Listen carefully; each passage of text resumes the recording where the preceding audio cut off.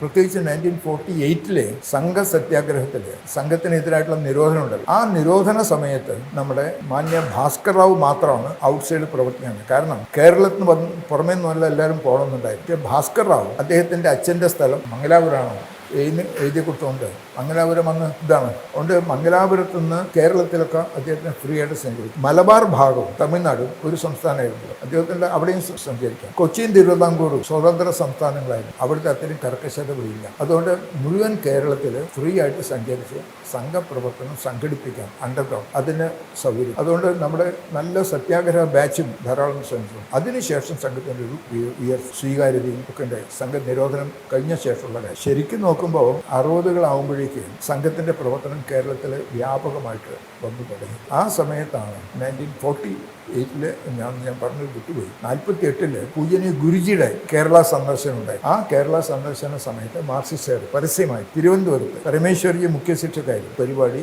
കയറി ആക്രമിക്കാനൊക്കെ ആയിട്ട് തയ്യാറായി. ഗുരുജി ഗോൾവൽക്കർ ഗോ ബാക്ക് എന്നൊക്കെ പറഞ്ഞു. അതിനെ സ്വയംസേവകർ കൈകാര്യം ചെയ്തു. അതിനെക്കുറിച്ചാണ് പിന്നീട് മലയാറ്റൂർ രാമകൃഷ്ണൻ പറഞ്ഞത്. അന്ന് ഗുരുജിയുടെ കാര്യത്തിൽ പറഞ്ഞിട്ട് എൻ്റെ പുറത്തെ അടയാളങ്ങളൊക്കെ ഉണ്ടെന്ന് പറയുന്നത്. അതാണ് ശരിക്കും കേരളത്തിലൊരു എതിർപ്പ് എന്നുള്ള നിലയ്ക്ക് ഉണ്ടായത്.